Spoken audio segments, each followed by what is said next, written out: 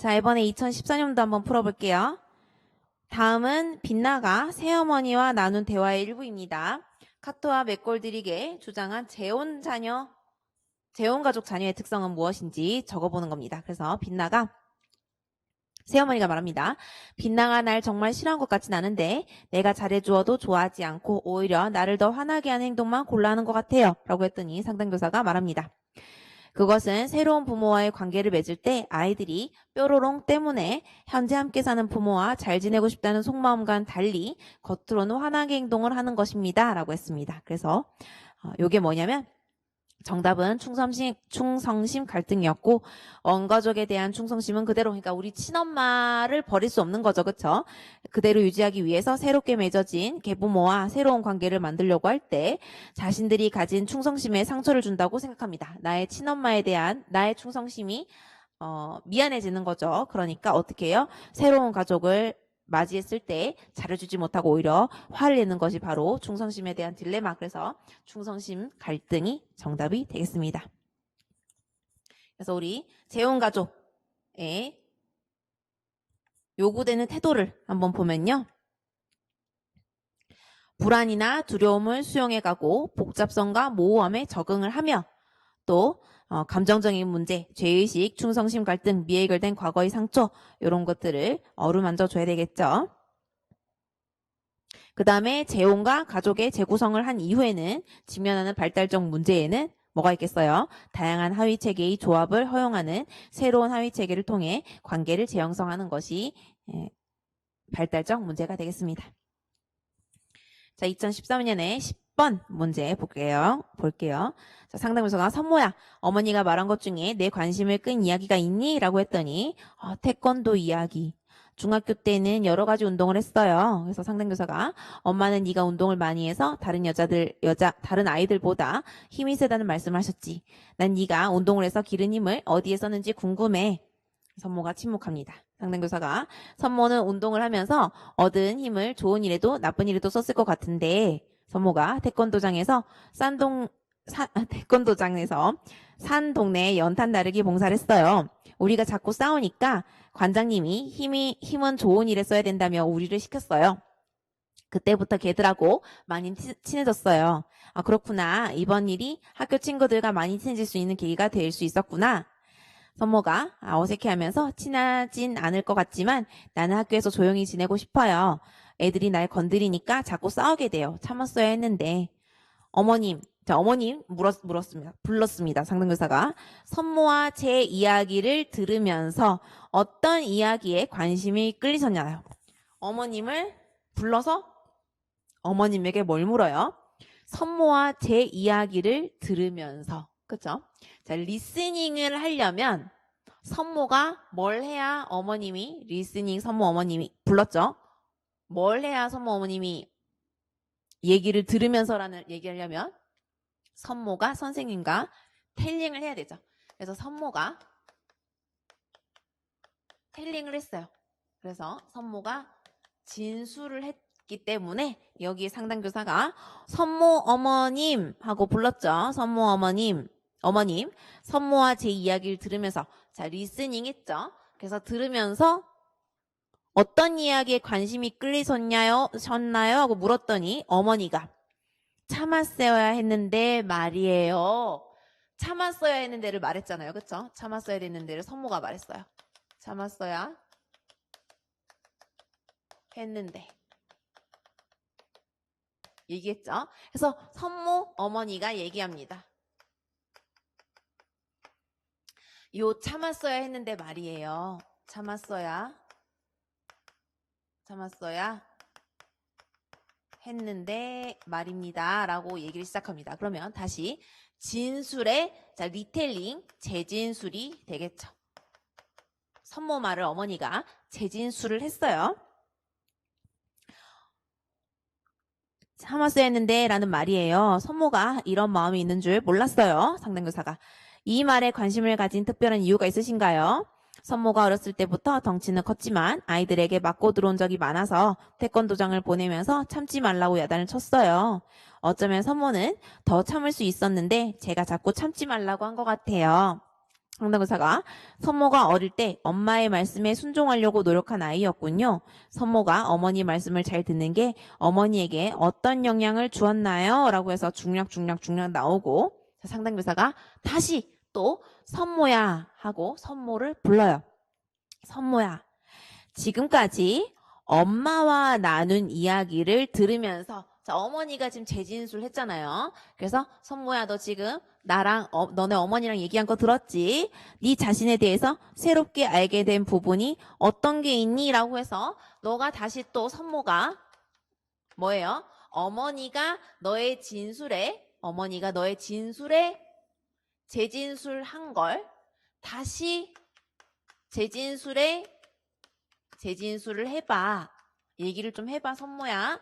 라고 얘기를 합니다. 그래서 진술의 재진술의 재진술이 나오는 것은 바로 죄송해요. 제가 기본 책에 이 내용이 없죠.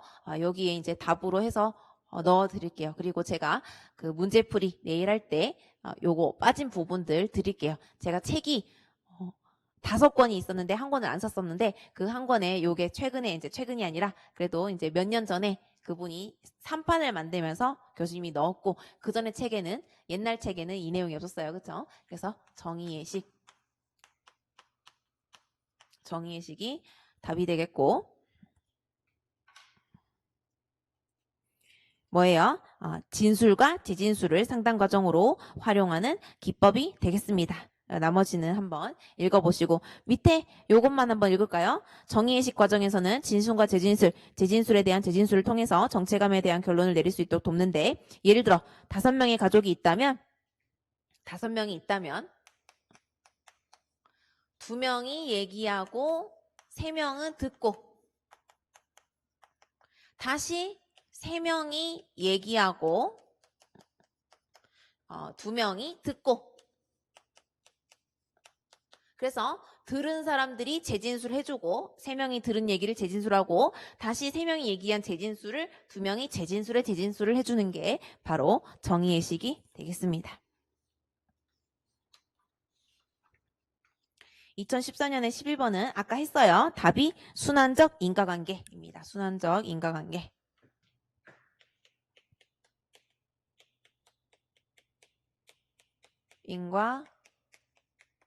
관계와 혹시 관계와 마침표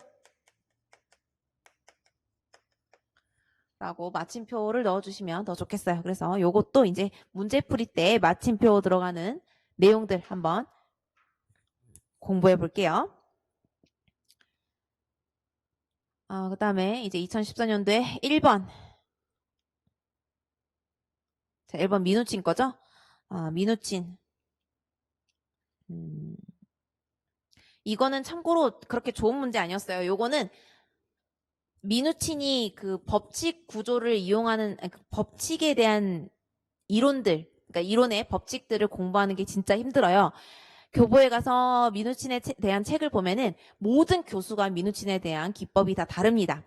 그 이유를 제가 이제 너무 열받아서 이제 학교에 있는 자료를 활용해서 민우친이 직접 쓴 책을 봤는데 민우친은 어떠한 이렇게 법칙을 만들어 놓은 게 아니라 아까 슬럼가의 가족들이란 책을 썼다 그랬죠.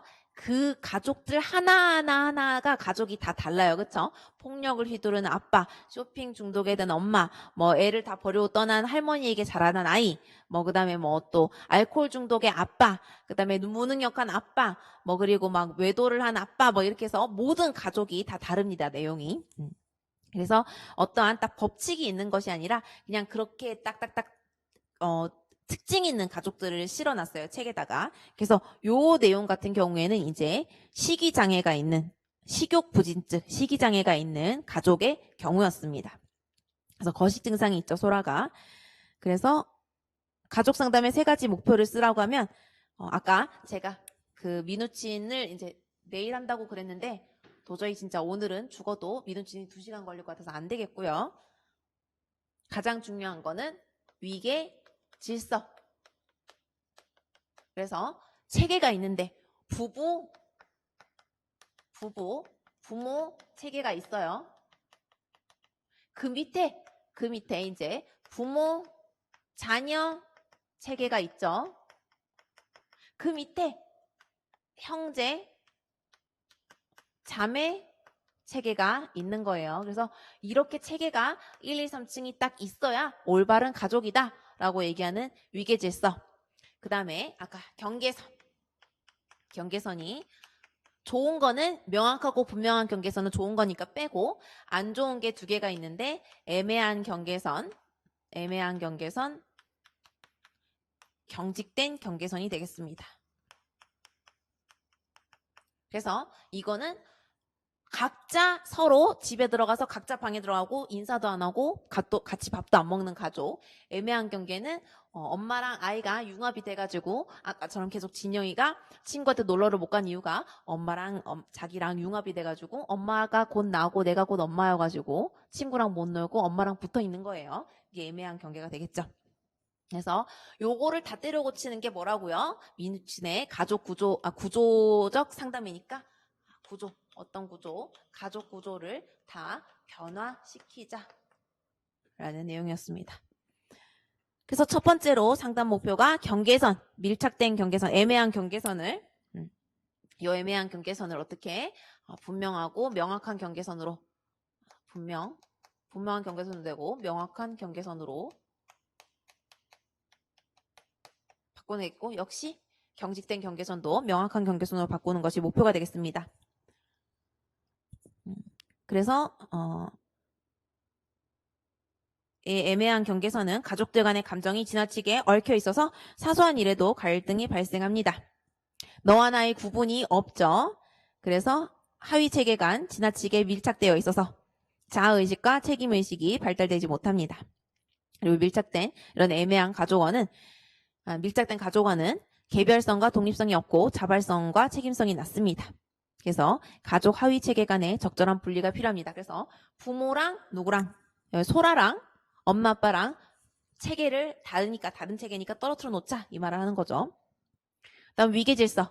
부모 하위 체계는 자녀 하위 체계보다 더 우선순위에 있어야 되겠죠. 그런데 지금 내가 불쌍한 엄마를 보호해야 될 것 같다라는 내용을 보면은 자녀 하위 체계가 지금 부모 하위 체계 위에 올라와 있는 꼴이에요. 그래서 하위 체계 간 질서가 잘 지켜져야 된다. 그래서 위계 질서가 두 번째 목표가 되겠고 또 엄마와 함께 있으면 7살 아이가 돼요 라는 것은 이제 밀착된 가족, 융합된 가족이 되겠습니다. 그래서 신경성 식욕부진증 가족의 경우에는 하위 체계 내부의 경계나 하위 체계 간의 경계가 미분화되어 명확하지 않죠.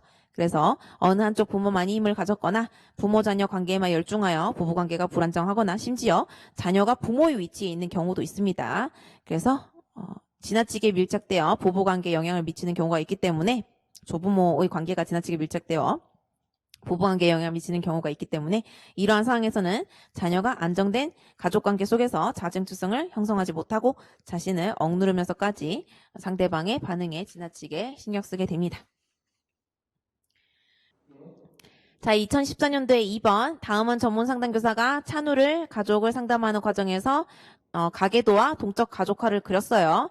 자, 전문상담교사의 견해와 일치하지 않는 곳을 3곳을 찾아서 서술한 겁니다. 첫 번째, 찬우 어머니는 부모로부터 많은 관심을 받은 것이 아니라 부모님과 소원한 사이였는데 봅시다. 보면은 찬우 어머님은 여기에서 찬우 어머님 39세 찬우 어머님 있고 또 이 둘이는 갈등. 찬우 어머님은 70 어머니, 아버지가 72 네모, 그렇죠? 네모 이렇게 다 소환했어. 그래서 이렇게 보시면 찬우 어머니는 원가족에서 각각 네 번째 줄에 아니요. 세 번째 줄에 반항적인 어머니와 달리 찬우 어머니는 순종적이라서 부모님으로부터 많은 관심을 받고 자랐다고 했는데 다 소원해요. 셋 다 소원해서 셋 다 관심 없어요. 그렇죠? 셋 다 서로에게 관심 없고 소원하기 때문에 많은 관심을 받고 자란 게 아니고요. 또 하나는 두 번째는 찬우 아버지 각각 네 번째 줄에 부모님은 각각 원가족에서 삼각관계를 경험했기 때문에 현재 가정에서도 자녀와 삼각관계 패턴을 보이고 있다라고 되어 있죠. 지금 가정에서 삼각관계 맞아요. 자, 아빠랑 엄마가 사이가 갈등으로 안 좋으니까 아니네요. 네, 틀렸어요. 그죠? 각각 원가족에서도 삼각관계 안 했고 여기에서도 삼각관계 아니에요. 그 이유는 자, 서로 사이가 안 좋은 사람이 자녀를 하나 끌어들여서 이 불안과 긴장을 낮춰야 되잖아요. 그쵸? 근데 그러기에는 엄마가 찬우를 끌어들이지 않아. 소원해. 원래는 찬우 누구 편이야? 엄마 아빠 욕 엄청 하고 싶은데 찬우 누구 편이야? 내 편으로 와야지라고 했는데 찬우 관심 없어. 엄마 찬우 관심 없고 아빠도 찬우를 끌어들여야 되는데 미안한데 갈등 관계라서 불안이 낮춰지는 것이 아니라 원래는 두 명이 불안하니까 애 하나 끌어들여서 불안을 낮추려고 했는데 이건 뭐 불안이 더 많이 증가가 되죠. 그쵸? 그리고 엄마는 관심이 없어요. 찬우한테. 아빠도 뭔가 엄마 아빠 사이가 안 좋고 그쵸? 엄마 아빠 사이가 돌아가신 아버지랑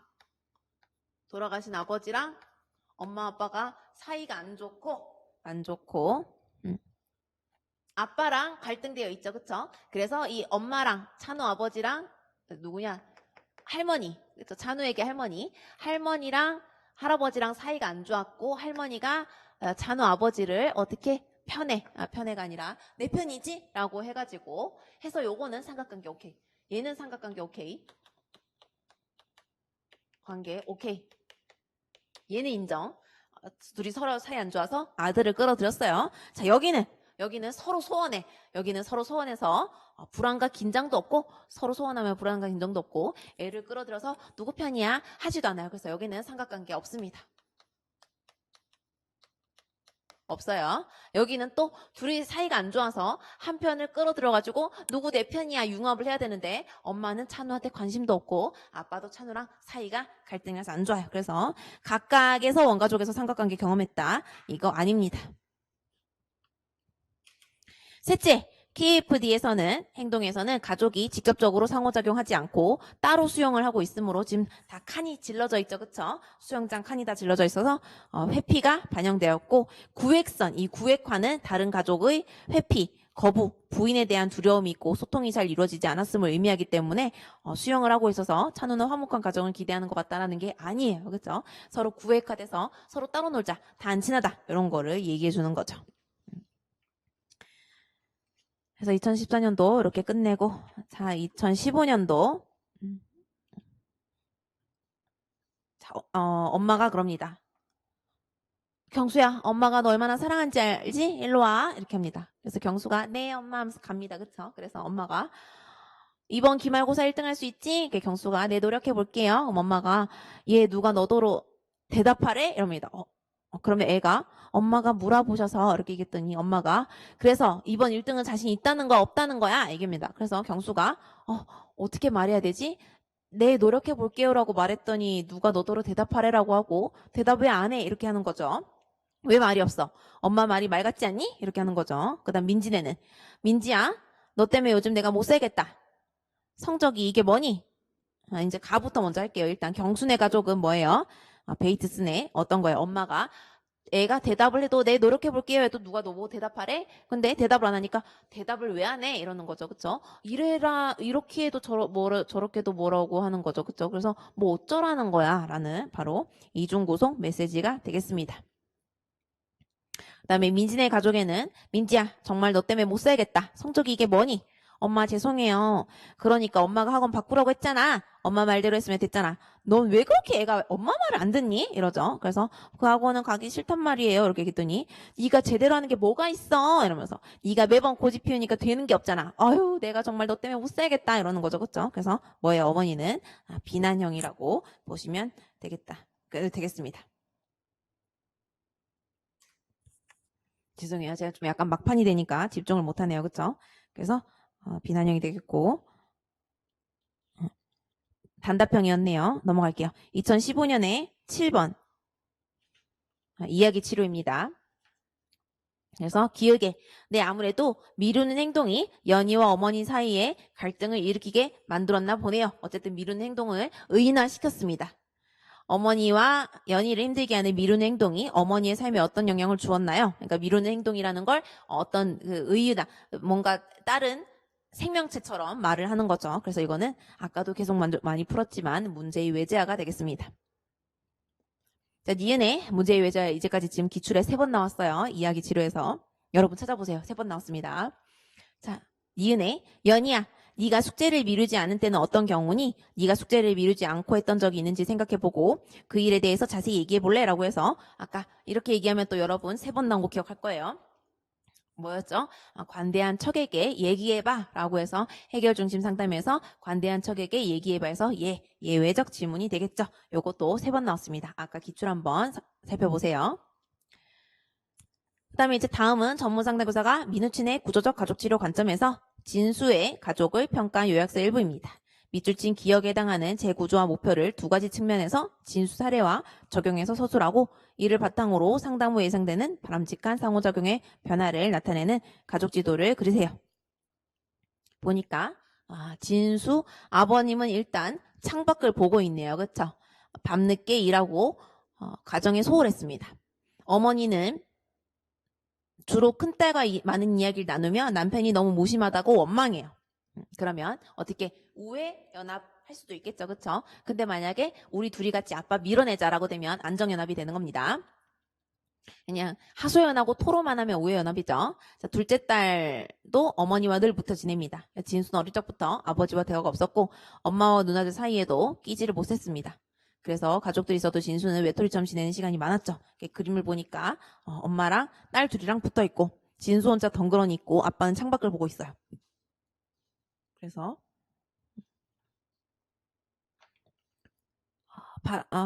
재구조와 목표 2가지. 그래서 아까도 똑같이 민우치는 맨날 글자가 똑같이 갑니다. 물론 내일 대망의 민우치는 할 거지만 아까도 위계질서, 그렇죠? 위계질서. 그 다음에 경계선. 이 2개 뜯어 고치는 게 구조적 상담의 목표죠. 그래서 위계질서는 부부, 부모 하위 체계가 위로 올라가고 부모, 자녀 하위 체계가 밑으로 내려가고 그 다음에 또 여기 형제, 자매 하위 체계가 밑으로 내려 있는 것이 바로 위계질서가 딱 맞게 되는 구조가 되겠죠. 경계선은 안 좋은 거 경계선 2개 있었죠? 애매한 경계선, 경직된 경계선. 그거 어떻게 둘 다 어떻게 한다? 분명한 경계선으로 돌려놓는다. 그래서 부부체계 강화. 지금 아빠가 창밖을 보고 있잖아요. 이 아빠랑 엄마랑 둘이 서로 친밀하고 협력한 관계로 만들어 놓고 그 다음에 딸 둘이가 지금 엄마한테 붙어 있는데 이 딸 둘이는 누구랑 놀아야 돼? 진수랑 놀아줘야 돼. 그래서 이 부부 위계 질서는 어떻게 해야 돼요? 부부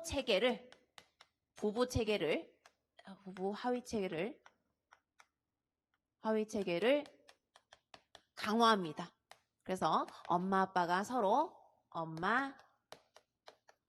아빠가 이렇게 2줄로 협력할 수 있게 해주고 그 밑에 자, 형제 자매 하위 체계가 있죠. 형제 자매 하위 체계가 있고 강화시켜야 되겠죠. 강화시킵니다. 강화시켜서 자, 명확한 선을 이렇게 그어주고 진수 그 다음에 진이는 기억나는데 한 명 누나가 이름이 뭐예요? 진숙 진희 그쵸? 진숙 진희가 서로 사이가 좋게 이렇게 하는 게 구조가 딱 맞겠죠. 그 다음에 경계선은 지금 엄마가 큰딸이랑 붙어 있죠. 그쵸? 융합되어 있죠. 그래서 엄마가 큰딸한테 뭐예요? 아빠 욕하고 응응 하고 하소연하고 토로하고 있잖아요. 그러니까 이 엄마랑 딸을 좀 분리를 해야 돼. 그쵸? 그래서 경계선 같은 경우에는 여기가 아까 애매랑 경직이 있었는데 지금 엄마랑 큰딸이랑 융합되어 있다는 거예요. 그래서 요걸 어떻게 한다? 요 둘이를 좀 분리를 시킨다. 분명한 경계선으로 하기 위해서 밀착된 사이를 조금 거리를 두게 한다. 그래서 너무 밀착된 이번에 경계선을 분명하고 명확한 경계선 설정으로 서로의 시간을 갖도록 지지하거나 과제를 준다. 라고 하는 게 있겠고 마지막 그림은 상담 후 그림은 요게 되겠습니다. 형제자매는 지들끼리 친해야지. 그쵸? 심지어 뭐 요즘에 TV 보니까 한 명만 애 낳았던 부부들이 한 명 더 낳는 이유가 나중에 자기들이 이제 죽고 나면 형제들끼리 친해지라고 한 명 더 낳는다고 하더라고요. 그런데 이렇게 진수만 따돌림 시키고 저렇게 둘이는 엄마한테 붙어 있고 그러면 나중에 엄마 아빠 죽고 나서 얘는 왕따 되잖아요. 그쵸? 그러면 안 되죠. 자, 2015년도 7번. 다음은 전문 상담 교사들이 진수의 가족 상담 사례에 대해 논의한 내용의 일부입니다. 자, 진수의 반항 행동을 가족이라는 맥락에서 접근해보면 어떨까요? 강 교사가 얘기합니다. 경험적 가족 치료 관점에서 볼 때. 자, 경험적 가족 치료 관점에서 봅니다. 왜 이런 말을 꺼냈을까요? 경험적 가족 치료 누구 거? 사티어 거. 이젠 지겹겠죠? 자, 햄버거가 뭐야? 이제 자존감 너무 길어서 자존감으로 할게요. 자, 햄버거가 뭐야? 자존감. 우콜라, 우에 이응 따서 의사소통. 자, 감튀, 감튀에 기역 따서 가족 규칙. 그렇죠? 이렇게 하면은 왜 이게 답이 이제 왜 얘가 강 교사가 경험적 가족 치료의 관점에서 볼 때라는 말을 했냐면 뿅뿅뿅 뾰로롱은 일종의 명령으로 원가족 3인군에서 경험한 것을 내면에 지니고 있는 거죠. 뭔가 내면에 지니고 있어요. 이것이 비합리적으로 진수의 성장에 방해가 될 수 있습니다. 라고 해서 아직도 모르겠어. 못 맞추겠어요. 전략적 가족 치료의 관점에서 볼 때 진수의 가족은 의식적이고 명백한 것보다는 무의식적이고 암묵적인 뾰로롱에 따라 움직이는 것으로 보이네요. 라고 얘기를 합니다. 그래서 요 얘기를 들었어야 되는데 가족 규칙이란 단어는 답은 가족 규칙인데요. 답은 가족 규칙인데 가족 규칙이라 하는 단어는 사실 사티어만 쓰는 게 아니에요. 많은 분야에서 가족 규칙을 씁니다. 그런데 하필이면 상담 목표를 사티어가 가족 규칙을 물고 들어가는 바람에 사티어 거 같지만 가족 규칙은 아까 제가 말했죠? 보엔의 과정 질문, 그쵸? 그 다음에 해결 중심의 관계성 질문, 또 밀란의 순환 질문처럼 모든 가정에서 다 너가 울 때 아빠는 어떻게 하니? 너 엄마 아빠 싸울 때 너는 어떻게 하니? 그쵸? 이렇게 묻는 것처럼 모든 가족 상담은 다 비슷하게 이어져 있어요. 우리 이제 내일 할 건데 그 전략적 상담팀 세 팀 있죠? MRI, 밀란, 그 다음에 헤일리와 마다네스. 얘네도 기법이 다 똑같아. 뭐야 이렇게 다 똑같은 것은 왜? 모든 가족은 비슷하니까 그래요. 그래서 요 가족 규칙도 엄청나게 많은 학자가 쓰는데 하필이면 사티어가 나는 아예 그냥 목표에 가족 규칙 넣었어 얘들아. 이렇게 얘기해서 가족 규칙이 유명한 거지. 가족 규칙은 모든 기법에 다 쓰입니다. 그래서 이렇게 모든 데에 다 쓰이기 때문에 강교사가 힌트를 하나 준 거죠.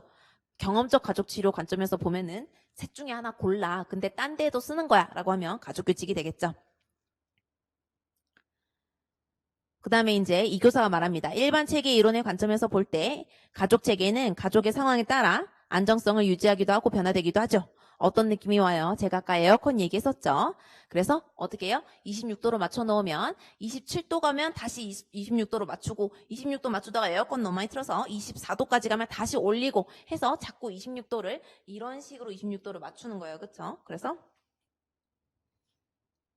진수가 중학생이 되었는데도 여전히 어린아이로 취급하는 아버지 때문에 반항 행동을 보이는 것 같습니다. 아까 오냐오냐 했더니 머리 끝까지 올라간다고 해서 오냐오냐 했더니 반대로 행동을 하는 거죠. 그래서 여전히 어린아이로 취급하길래 반항을 한번 하는 겁니다.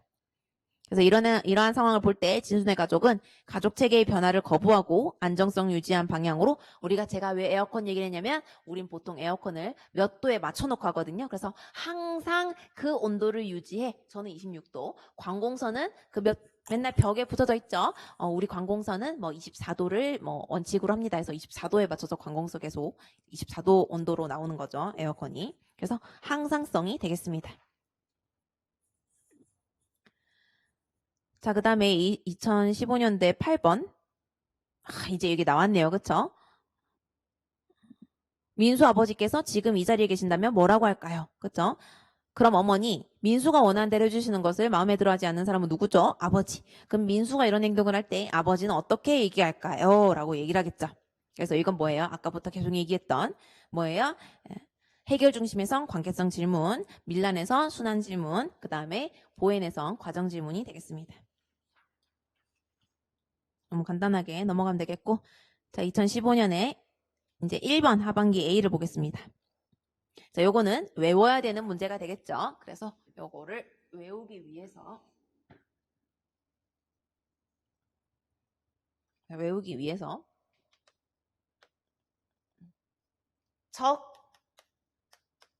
적은 내려가고 응은 옆으로, 그쵸?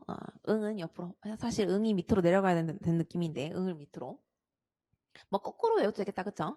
응을 밑으로 하고 적을 이렇게 하는데 그건 여러분이 마음대로 하세요. 일단 이렇게 시작해 볼게요. 자, 유분 연착. 우리가 가끔씩 기차가 연착될 때가 있죠. 근데 유분이 연착됐어요. 뭔가 기름기 있는 애들이 연착이 됐네요. 자, 여기는 돈, 통, 구, 경. 이렇게 외워져요. 자, 여기는 돈의 혼돈이 되겠고, 여기는 융통성이 되겠고, 여긴 경직인지 알겠는데, 구가 뭐죠? 구조죠. 구조. 이런 단어 정말 잘 안 쓰는데, 구조. 자, 그 다음에 유분 연착은, 유는 저예요. 유리된 거, 그쵸? 여기는 유리 친구, 분리된 거, 그쵸? 그 다음에 여기는, 융통이랑 비슷한 글자 뭐 있죠? 연결된 거. 여기는 밀착된 거. 그쵸? 밀착된 거. 이렇게 외워두시면 되겠습니다. 그래서 경미 아버지와 어머니 특성을 보인이 제시한 자기분화 관점에서 각각 평가하는 거. 경미 아버지는 개인 내적 측면에서 사고와 정서가 분리가 안 되고요. 경미 어머니는 관계적 측면에서 자기와 타인이 분리가 안 되네요. 그래서 엄마의 감정체계가 경미의 이런 감정에 반응한 것을 터득하게 됩니다. 그래서 경미와 엄마가 섞여 있겠죠. 그 다음에 이거 기역 니은은 뭐예요? 기역은 응집성, 그렇죠? 그 다음에 니은은 적응성이 되겠습니다.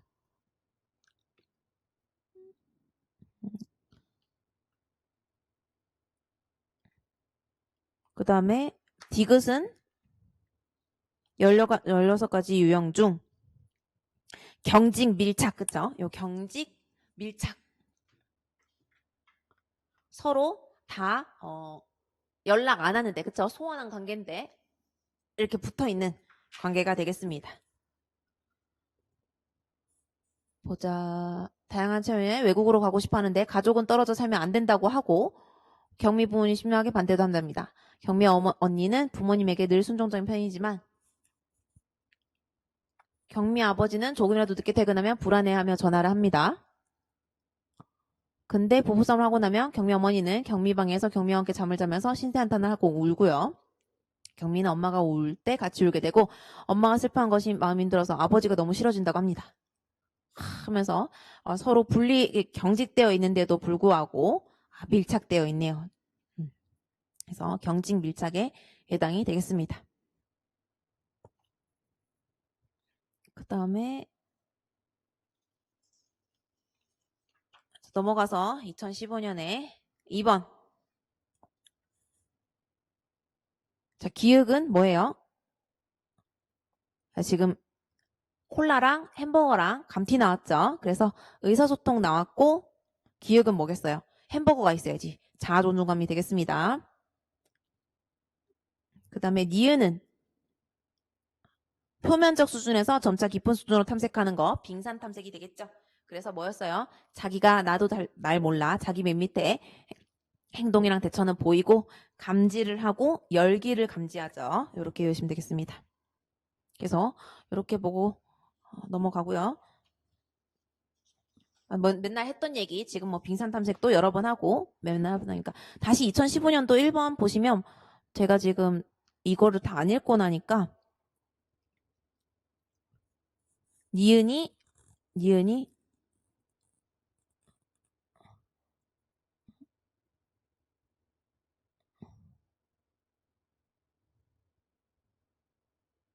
맞죠? 응집성. 그 다음에 기역이 응집성, 니은이 적응성 맞죠? 네, 맞습니다.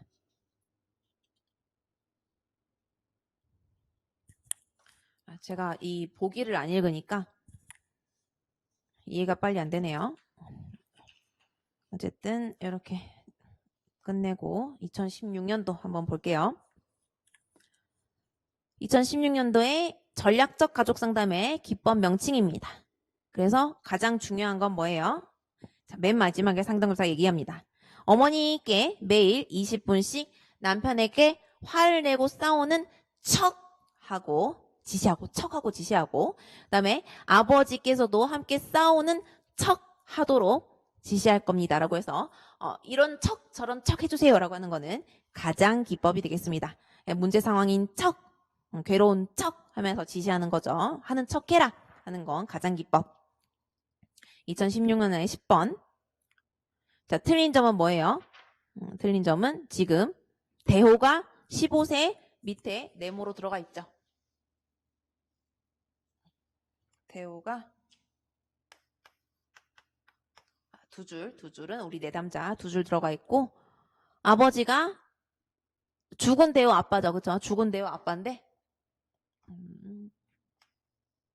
엄마 아빠 그죠? 근데 여기가 이렇게 돼 있잖아요. 이거 이혼이에요. 이혼이 아니라 아버지가 죽었어. 그죠? 이렇게 되는 거고 이혼은 아니라 죽었어요.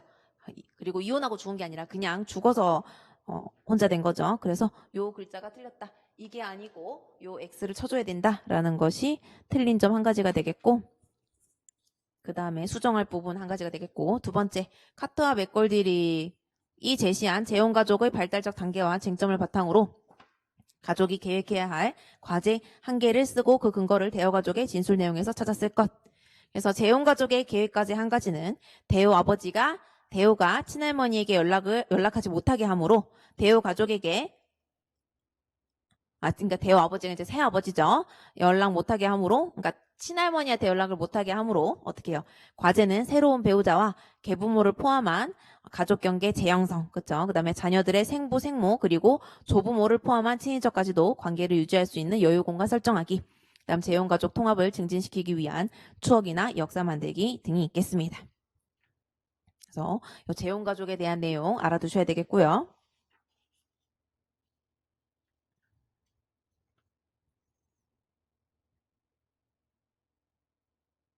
우리 재혼가족 한번 볼까요? 직면하는 발달적 문제에서 새로운 가족과 단계의 새로운 가족과 가족에 대한 개념 형성 계획이 있을 때에는 요구되는 태도는 어때요? 재혼가족에 대한 불안이나 두려움을 수용하고 다양한 새로운 역할과 경계 형성을 하고 죄의식, 충성심 갈등, 그 다음에 상호성에 대한 요구, 그 다음에 미어길된 과거의 상처에 인내가 시간이 필요하다는 것을 수용하는 것입니다. 그리고 거짓 상호관계를 피하기 위해서 직면하는 발달적 문제에서는 거짓 상호관계를 피하기 위해서 개방적이고 솔직하게 관여하고 전 배우자와 협조적인 공동 부모 역할을 유지하기 위해서 계획을 세우고 충성심과 두려움 갈등을 다룰 수 있도록 도와주고 새로운 배우자와 자녀를 포함한 확대 가족과의 관계를 재형성하고 유지하는 새로운 계획을 세우는 겁니다. 그 다음에 밑에 재혼과 가족의 재구성에 직면하는 발달적 문제가 아까 답이었겠죠. 그래서 이렇게 세 가지 가족 경계 재형성을 하고요. 그 다음에 친인척까지도 관계를 유지할 수 있는 여유 공간 설정하고 그 다음에 재혼 가족끼리의 추억이나 역사 만들기가 있겠습니다. 자, 2016년 13번 사티어 겁니다. 그래서 탐색하고 있는 것을 순서대로 쓰고 빙산 탐색을 기법의 목표를 개인적 측면과 관계적 측면에서 가족 관계적 측면에서 한 가지씩 서술하는 거죠. 그래서 상담교사가 묻습니다. 실직 이후 술만 마시고 계신 아버지께 진수가 화가 났구나. 화화화 감정이에요. 그래서 아버지가 잘못해서 실직한 것도 아니고 원해서도 아니란 것은 알지만 아버지가 무능해 보여요. 그런 아버지를 무시하는 게 제 자신에게도 또 화가 나요. 그렇죠? 진수가 느끼는 화 이면에는 어떤 감정이 있을까? 그래서 대놓고 이거는 감정 탐색이에요. 그래서 감정 탐색이라서 화남, 죄책감, 슬픔, 우울함, 두려움, 비참함, 무기력감, 죽고 싶은 느낌 등 감정을 어떻게 느끼는지 탐색하고요. 가족 관계적 측면에서는 감정이 신체적으로 어떻게 느껴지는지, 과거 언제 누구와 어떤 상황에서 경험한 감정인지, 아버지랑 느낀 감정이겠죠. 그래서 과거 언제 아버지와 어떤 상황에서 경험한 감정인지를 탐색하게 하는 것이 가족 관계적 측면에서 쓰는 목표가 되겠습니다. 아버지가 어땠던 때 느꼈던 화. 지금까지 진수가 가지고 있는 자신에 대한 기대를 탐색해 보았어. 자, 여기서 함정이 나옵니다. 그렇죠? 지금까지 기대를 탐색해 보았어. 행동 대처 보이는 거. 자기는 영원히 보이지 않아. 나도 나를 모르겠어. 감지합니다. 감지하고 어떻게 해요? 열기를 감지하죠. 그렇죠? 그래서 여기가 감정, 지각, 기대, 글자 너무 만신창이네. 기대, 열망이겠죠. 그렇죠? 열망. 그래서 여기 함정이 뭐 나와요? 자, 지금까지 진수가 가지고 있는 자신에 대한 기대를 탐색해 보았어. 지금까지. 자, 여기까지 했다는 거예요. 여기까지 했으니까 자, 이만큼 파고 들어왔어. 자, 지금까지 이거 했으니까 이제 뭐 할 거야? 이거 할 거야. 그래서 이제 다음으로 넘어가 보자. 자, 다음이 뭐야? 열망으로 넘어가 보자. 공무원이라는 꿈을 이루기 위해 이제 공무원이란 꿈이 열망이잖아요. 진수가 진정으로 원하는 것은 무엇일까? 공무원이 되어서 가족을 사랑하고 보호할 수 있는 사람이 되고 싶어요. 진수는 가족을 사랑하고 보호하고 싶은 욕구가 있구나라고 합니다. 그래서 열망에 대한 탐색이 되겠고, 개인적으로는 사랑받고 싶은 마음, 사랑하고 싶은 마음, 수용받고 인정받고 싶은 마음, 이제 인정받고 싶은 거죠. 공무원에 대해서 자유를 추구하고 싶은 마음 등 내면 깊은 곳 열망들을 탐색합니다. 자, 가족 관계적 측면에서는 행동 이면에 채워지지 않은 열망들이 지각이나 감정 체계에 부정적인 영향을 주며, 아직 공무원 안 됐잖아. 그쵸? 아직 공무원 안 됐어요. 그래서 채워지지 않은 열망들이 있습니다. 그럼 채워지지 않은 열망 등 때문에 나는 상담교사가 되고 싶은데 나의 그 열망이 아직 채워지지 않았어. 그러면 자존감에도 상당한 타격을 줬죠. 그쵸? 자존감이 좀 작아지죠. 그래서 열망을 자각시키고 인식시키며 일치된 의사소통 유형과 대처 방식을 학습하고 문제 행동과 대처 방식에 대한 변화를 가지고 올 수 있습니다. 그래서 이렇게 자존감을 올리게 되면 다른 가족들과 일치된 의사소통을 할 수 있다. 그러니까 뭔가 지금 내가 잘 안 돼 있으면 일치된 의사소통 못하죠. 그쵸? 엄마가 공부 좀 하라니까 나도 지금 학교 가려고 하고 있잖아 이렇게 됩니다. 그쵸? 엄마 사랑해 라고 엄마 지금 여기서 사랑하고 보호하고 싶은 요구인데 엄마한테 짜증내요. 그쵸? 왜냐? 채워지지 않은 열망이 있으니까. 그래서 일치된 의사소통을 위해서 가족관계 측면에서는 열망을 알아야 된다. 2016년도에 2번 자, 보행이네요. 자아분화 수준입니다. 자, 공통적인 특징. 아버지가 어릴 적에 돌아가시고 어머니 누나랑 살다가 어머니 남매를 키우는데 온갖 정성 바쳤지만 요구가 많고 비판적이에요.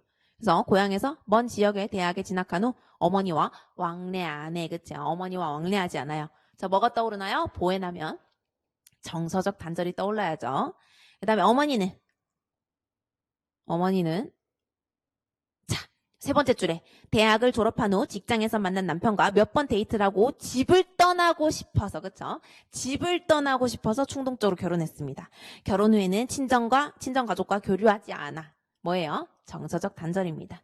그래서 둘 다 공통점으로는 이 어머니와 아버지는 둘 다 정서적 단절을 하고 있습니다. 그 다음에 작성 방법에 따라 이제 대답을 작성하는 거네요. 공통적으로 드러난 특징 말했죠? 정서적 단절. 이 개념을 선택할 근거를 벌써 제가 말했어요. 그쵸? 말했으니까 넘어갈게요. 자, 2017년에 3번 했어요. 그쵸? 네, 이거 아까 앞에 기출하면서 2번이나 예시 꺼내서 해줬어요. 그 다음에 2017년에 11번 사티어죠. 경험적 가족 상담. 내적 차원 한 가지, 내적 경험 2가지. 이거 내적 경험 2가지 이때 시험 쳤을 때 다들 멘붕 왔어요. 그쵸? 이 시험 치고 나갈 때 이거 맞춘 사람, 그러니까 2가지 중에 하나는 적은 사람이 있긴 있었는데 거의 없었습니다. 다들 다들 전화로 그때 시험 치고 나가면서 야, 내적 경험이란 게 있었냐? 다 이랬어요. 그쵸? 그때 당시에 강사님들 사이에서도 책에 이 내적 자원이 구비되지 않았었어요. 그렇죠? 나중에 시험 치고 나서 다들 생겼지만 어쨌든 여기까지 출제자가 낼지 몰랐습니다. 내적 경험, 내적 자원 말고 내적 자원. 내적 자원은 당연히 우리가 외워야 되고 내적 경험, 죄송해요. 내적 경험 두 가지가 그때 당시에는 웬만한 강사분들도 다 몰랐어요. 그러니까 몰랐던 게 아니라 그거를 책에 실지 않았어요. 그래서 요거는 181페이지에 책을 한번 보겠습니다. 왜냐? 외울 게 되게 많아서. 자원이야 외웠지. 아까 우리가 회유형에는 돌보는 거 예민성, 그 다음에 뭐 있었어요? 비난형에는 강한 자기 주장, 그 다음에 그 초이성형에는 뭐예요? 지식, 그 다음에 산만형은 뭐 자발성, 창의성, 즐거움 이런 거에 내적 자원으로 있었죠. 이거는 다 그때에도 공부를 했어 사람들이. 근데 밑에 막 단어, 정서 182페이지에 행동, 내적 경험 여기는 사람들이 다 공부를 많이 안 봤단 말이에요. 그때 진짜 이 시험 치고 나서 핸드폰 다 열면서 내적 경험 알아 너도? 막 이렇게 하는 게 엄청 많이 들렸습니다. 그래서 여기 내적 경험이 회유형은 나는 아무것도 아닌 것 같다. 나는 아무 가치가 없다. 비난형은 나는 외로운 실패자다. 소외됨을 느낀다. 그 다음 초이성형은 나는 상처받기 쉽고 고립된 느낌이다. 어떤 감정도 표현할 수 없다. 산만형은 아무도 상관 않는다. 거기는 내게 적절한 곳이 아니다. 라고 나왔죠. 그래서 이제 내적 경험 두 가지가 여기 비난형이었죠? 나왔기 때문에 앞으로 회유형, 초이성형, 산만형의 내적 경험 두 가지씩이 나올 수도 있고 여러분 꼭 그렇게만 나올까요? 위에 단어, 정서, 행동이 있죠. 그래서 행동은 또 외울 수 있어. 그쵸? 행동은 뻔해. 회유형에 따라서 회유형 사죄하고 변명하고 우는 소리고 비난형은 공격하고 명령하고 약점 발견하고 초이상형은 권위적이고 원칙론적이고 합리화하고 강제적이고요. 그 다음에 산만형은 부산하고 산만하고 지나친 활동성. 행동은 사실 맞출 수 있어. 자 이제 뭐가 나올까요? 단어, 정서 이런 것들이 나오겠죠. 그래서 요 단어, 정서 요 부분 제가 시험에 내야지. 그렇죠? 체크해놓고 시험에 내야지.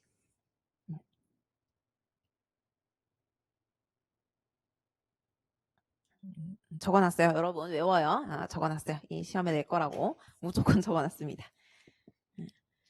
내적 경험 두 가지. 이걸 정말 낼 줄은 아무도 몰랐어요. 그렇죠? 진짜 그때 강사분들도 몰랐어요. 이걸 낼 줄을 예측을 못했어요. 그래서 비난형은 나는 외로운 실패자다. 소외됨을 느낀다. 그래서 내 생각에 아무리 그래도 이거 똑같이 다시는 안 나와. 나머지 뭐 정서랑 단어도 많은데 굳이 내적 경험 비난형 두 개 안 나올 것 같아요. 똑같이는. 자, 그 다음에 보엔의 다세대 가족 상담에 근거해서 핵가족 정서체계 개념에 대해서 얘기하는 겁니다. 그래서 아까 적었으니까 안 적을 건데 삼각관계는 그냥 애를 끌어들인 데서 끝나. 그쵸? 그 다음에 핵가족 가족 투자 과정은 뭐예요? 윽박지로 강요해. 너 집에 가서 공부 안 할래? 네 입이 닮았어! 이렇게 하는 게 가족 투자 과정. 나의 감정을 투사하는 거죠. 그 다음에 핵가족 정서 체계가 뭐예요? 1대, 2대. 딱 그 두세 대까지가 내려와요. 그래서 원가족에서 내가, 우리 엄마로 해야겠다. 우리 엄마가 예를 들어서 외할머니랑 약간 융합됐어. 그쵸? 그래서 엄마도 외할머니랑 융합돼. 여기까지가 끝이에요. 그쵸? 여기까지 끝이고 나까지는 안 내려와요. 그쵸? 그게 핵가족 정서 체계죠. 근데 이제 우리 엄마가 외할머니랑 융합됐어. 그리고 맞죠. 그 다음에 우리 엄마와 외할머니랑 융합되고 우리 엄마가 또 나랑 이렇게 융합되면 외할머니, 엄마, 나 이렇게 3대가 오니까 다세대 전수 과정이 되겠죠. 그래서 요 핵가족 정서 체계에 또 이제 세 가지 특징이 있습니다. 핵가족 정서 체계 세 가지 특징.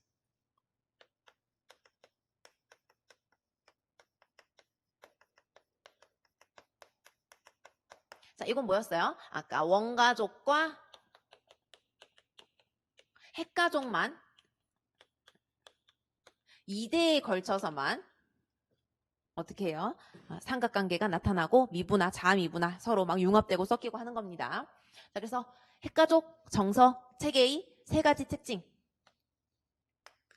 첫 번째, 뭘로 쓸까요? 첫 번째는 이거죠.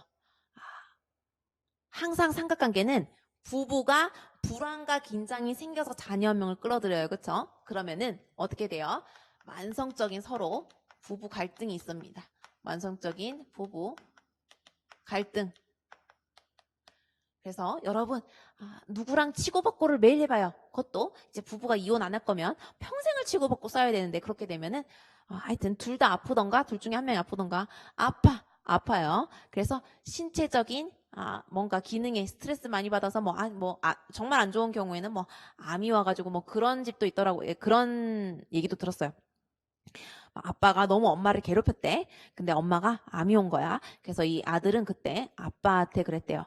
엄마 암 온 거 다 아빠 때문이야. 이렇게 얘기했대요. 그쵸? 그래서 이렇게 예시를 든 이유가 뭐예요? 자, 배우자 역기능이 일어납니다. 배우자 역기능으로 가장 흔한 것이 아파요. 가장 흔한 게 또 편두통. 편두통 외에도 그냥 아파요. 그쵸? 그래서 아까 방금 얘기했듯이 암이 최고의 그 병이 온 그게 되겠죠. 스트레스 받아서 다른 배우자 때문에. 세 번째가 자 이제 아까 이렇게 맨날 둘이 부부싸움 하는데 아이들은 어떻겠어요? 아이들은 눈만 뜨면 엄마 아빠 싸우는 걸 봐야 돼. 그러면 이제 자녀 역기능이 일어납니다. 자녀 역기능은 뭐 아프기도 하겠지만 어떻게 해요? 무기력해지고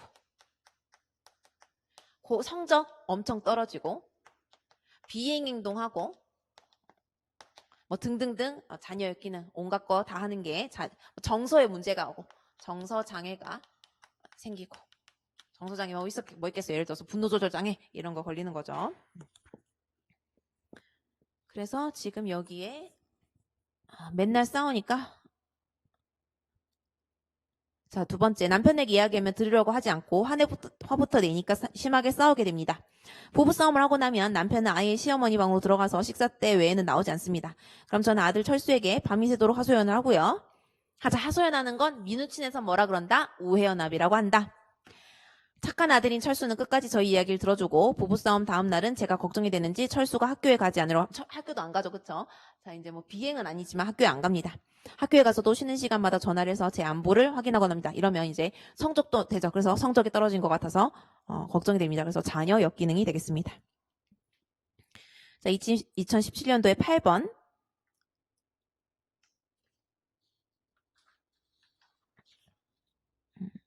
8번 자 현실 치료에 근거한 전행동 이거 여러분 제가 현실 치료했을 때 안 했을까요? 했을 텐데 안 했나? 활생느생을 외우죠. 그래서 활동 게임을 하다 보면 새벽까지 졸리지 않고 집중하게 되는 게 활동. 생각 자신이 게임을 정말 잘한다는 생각이 든다. 느낌 기분이 좋아진다. 생리적 반응 가슴이 두근거린다가 되겠고 경수는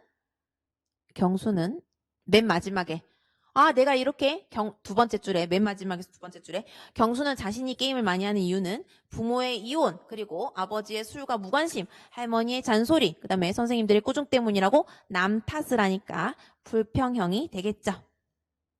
해결 중심이죠. 해결 중심 고객형 해결 중심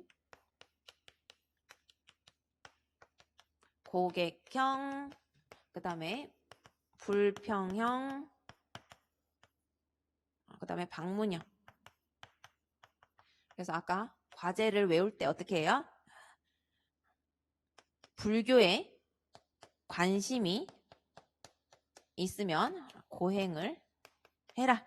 그래서 여기가 행동과제, 여기는 불평에 따라서 그 다음 관찰과제, 심사숙고형 과제 이렇게 외워주시면 되겠습니다. 그래서 얘는 불평형 왜냐? 남 탓을 하니까.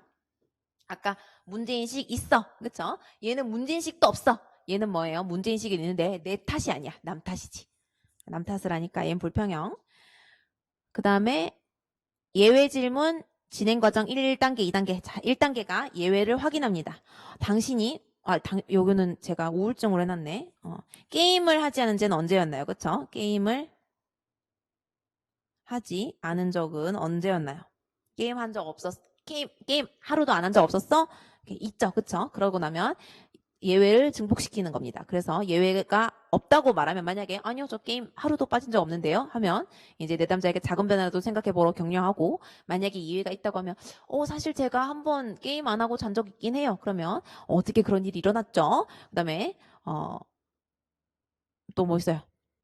그로 인해 당신의 일상이 어떻게 달라졌죠? 그 다음에 이게 당신과 당신의 문제 해결에 대해서 뭘 말해주나요? 막 이렇게 물어보는 것들이 바로 예외를 증폭시키는 거. 너가 그렇게 게임을 안 한 날 어떻게 하게 그렇게 됐어? 그거 또 해볼까? 그런 예외가 더 많아지지 않을까? 하면서 예외를 계속 증폭시키는 방법이 2단계가 되겠습니다. 자, 이번에는 2018년도.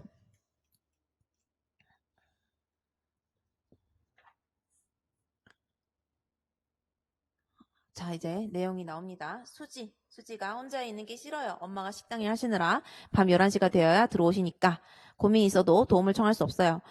엄마가 말합니다. 수지야, 미안해. 늘 혼자 있는 네가 늘 걱정스러워. 이제 상담교사 바라보면서 작년에 수지 아빠가 갑자기 세상을 떠난 후 저 혼자 아이를 키우다 보니 늦게까지 일해야 돼서 수지에게 늘 미안해요. 상담교사가 어머님도 수지도 힘든 시간을 보내고 계시군요.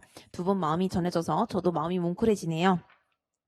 상담교사가 어머님 그동안 많이 힘드셨을 텐데 수지와 꿋꿋하게 살아오셨군요.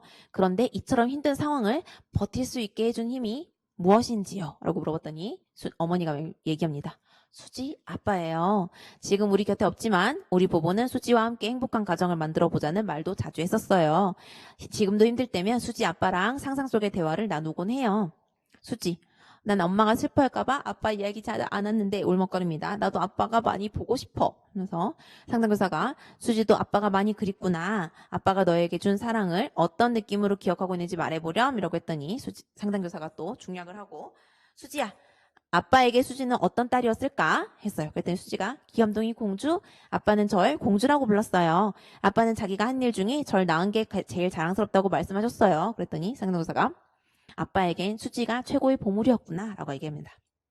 또 상담교사 말하죠. 어머님과 함께했던 시간들이 아버님에게는 어떠한 영향을 미쳤을까요? 그랬더니 엄마 얘기합니다. 짧은 생을 행복하게 해주었다.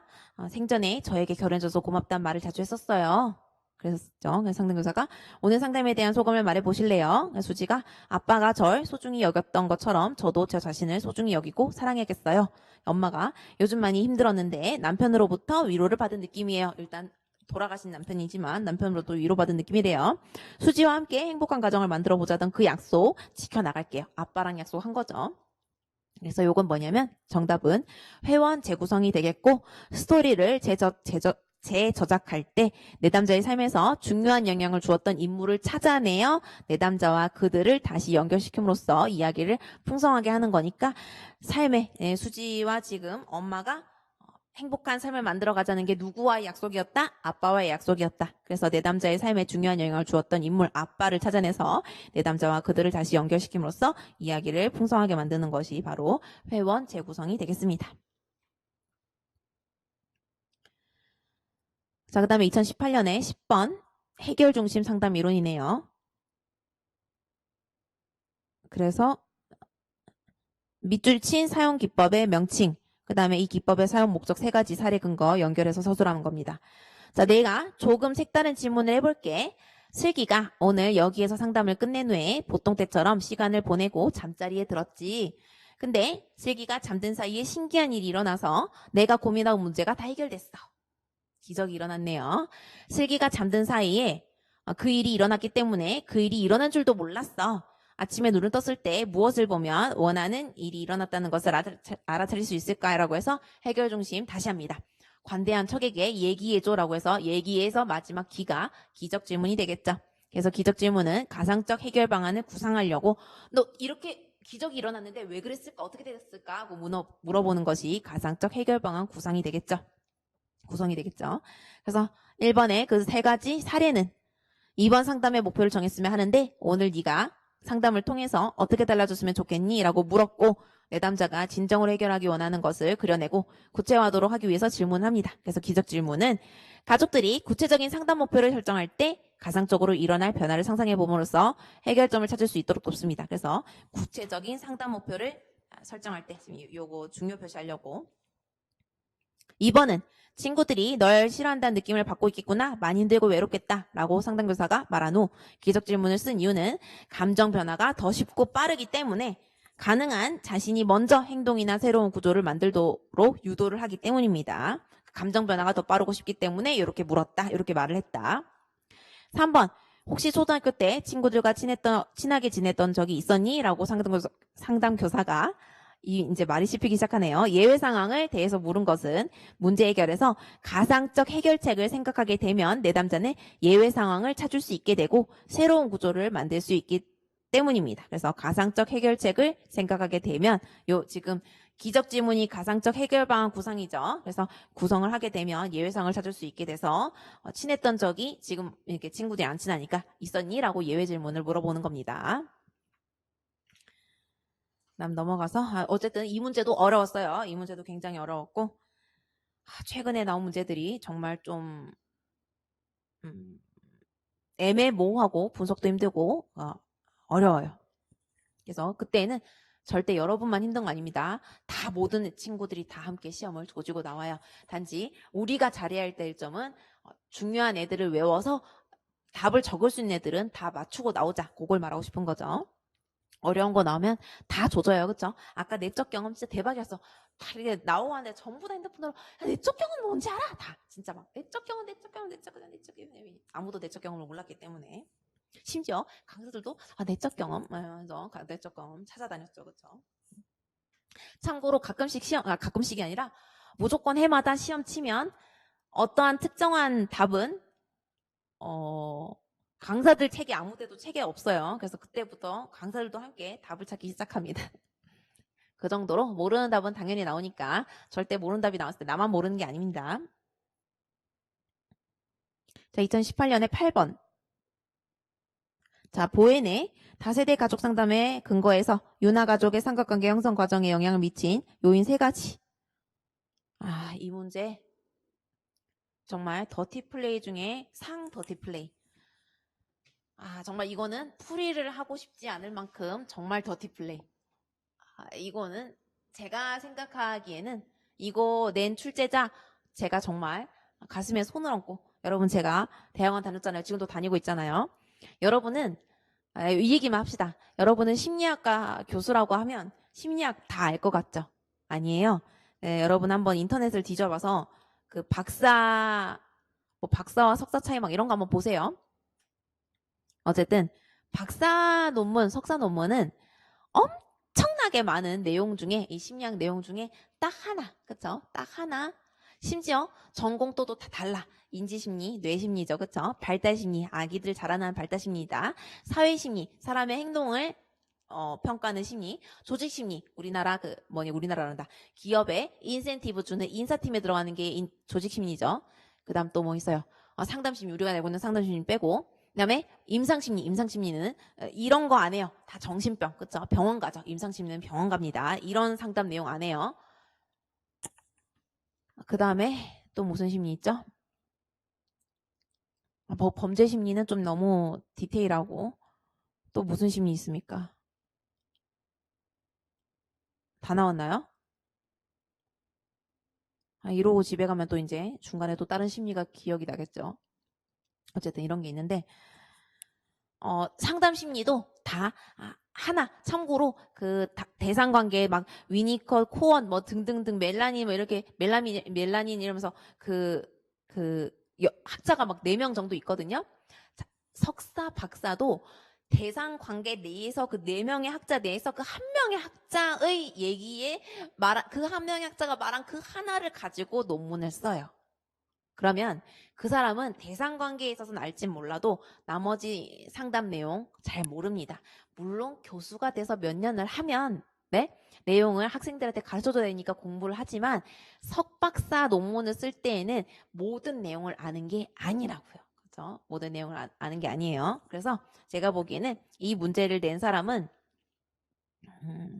여러분 또 그거 알겠지만 가족상담이 원래 또 심리학과에서 나온 학문이 아니에요. 사회복지학에서 나왔잖아요. 그리고 사회복지학 아니고서 만약 가족상담을 배우려면 옛날에 가족학이란 과도 있었고 또 아동복지 말고 그 소비자 가족학이란 것도 이제는 없어졌어요. 그렇죠? 어쨌든 이 가족상담이란 건 심리학의 본유 내용이 아닙니다. 그렇죠? 그래서 요건 사회복지에서 나왔기 때문에 무조건 우리나라는 사회복지에서 요 가족상담이 나왔거든요. 그렇기 때문에 아마 잡혀 들어간 그 출제자들이 절대 사회복지학과가 잡혀 들어가지 않아요. 그렇죠? 또 교육부에서는 교육학과 상담학과를 데리고 가거나 심리학과 사람들이 데려가죠. 그러면 요 내용은 가족 상담 내용은 무조건 사회복지라서 모르고 냅니다. 그래서 이건 정말 사실 하기가 싫은데 할게요. 어쨌든 이 교수님은 보엔 몰라요. 전 장담하게 장담할 수 있고요. 진짜 사회복지학과 내용이기 때문에 우리가 비록 전문상담교사 때문에 배우고 있지만 상담학과 교수랑 심리학과 교수는 가족상담 내용 몰라요. 첫 번째는 그래서 보엔의 3가지 사례. 첫 번째, 분화 수준이 낮은 부모, 자아분화 얘기하죠. 자아분화. 그래서 아까 제가 일제강점기 때 친일파 얘기하면서 친일파끼리 만나서 다시 친일파 아들, 딸을 낳고 이제 그렇게 해서 대가 내려간다 그랬잖아요. 3세대 이상. 그래서 자아분화가 낮은 사람끼리 아까 제가 연기했지만 뭐예요? 완전 된장녀 하면서 지가 막 가방 보여주고 다니고 근데 이제 또 어떤 남자가 비주로 벤츠를 사면 역시 차는 벤츠지 하면서 타는 거죠. 그죠? 끼리끼리 만난다는 거예요. 그래서 자아분화가 낮은 부모. 그러니까 첫 번째 조건. 자, 두 번째는 아까 그 핵가족 정서체계처럼 뭐예요? 만성적 갈등과 긴장. 그래서 만성적인 부부 갈등으로 인한 제가 삼각관계가 뭐 때문에 만들어진다? 불안과 긴장이 활활 불타올라서 만들어진다 그랬죠.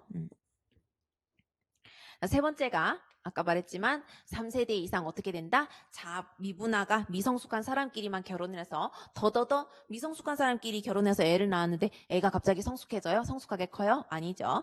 부모를 똑 닮는단 말입니다. 그렇게 되면 어떻게 돼요? 부모보다 더 낮은 자아 미분화 자녀. 여기는 자아 미분화 부모라고도 해도 되겠어요. 자아 미분화 부모 아니면 자아 분화가 낮은 부모, 자아 미분화 부모 똑같은 말. 우린 그냥 그 상담에 온 친구들이 아픈 친구들이라서 앞으로 그냥 자아 미분화로 쓰기로 했죠. 그래서 그거에 대해서 유나 아버지가 불안이 높고 그쵸 언어적 정서적 폭력을 가족들에게 행사하죠. 분화 수준이 낮아요. 아빠가. 그 다음에 유나 어머니 역시 낮은 분화 수준으로 수차례 자해 행동을 한 적이 있고 남편의 언어적 폭력에 대한 심한 불안감을 보이고 유나가 항상 자기 옆에 있어주길 바라고 어머니 아버지 때문에 최소한 분화를 한 채 어머니와 밀착된 관계를 가지게 됩니다. 그다음에 부모보다 더 낮은 자아분화 수준은 유나는 고교 진학 앞두고 뭘 해야 될지도 모르겠고 그쵸 잘하는 것도 모르겠고 성공하지 못할 것이란 생각에 심한 혼란을 겪으면서 삼각관계는 더 현저해지죠. 그 다음에 요 가운데 내용은 요 내용이니까 한번 읽어보시고 그 다음에 민우친의 구조적 가족 상담 이론에서 제시된 경계선 유형 중 유나가 가정에게 해당하는 유형을 쓰고 그 유형의 특징 3가지를 사례와 연결시켜 나오는 겁니다. 그래서 사례 같은 경우에는 여러분이 어떤 사례가 있었다라고 사례 제가 보고 어려우면 하고 안 어려우면 안 하고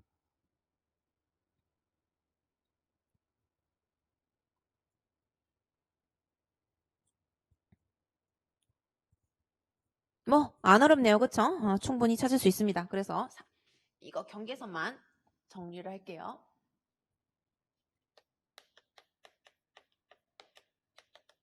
애매한 경계선, 경직된 경계선. 그래서 요 2개가 안 좋은 경계선이고 요 둘 다 어떤 경계선 가야 된다? 분명하고 명확한 경계선으로 만들어야 된다. 그래서 지금 뭐예요? 여기가 뭐예요? 너는 너, 나는 나.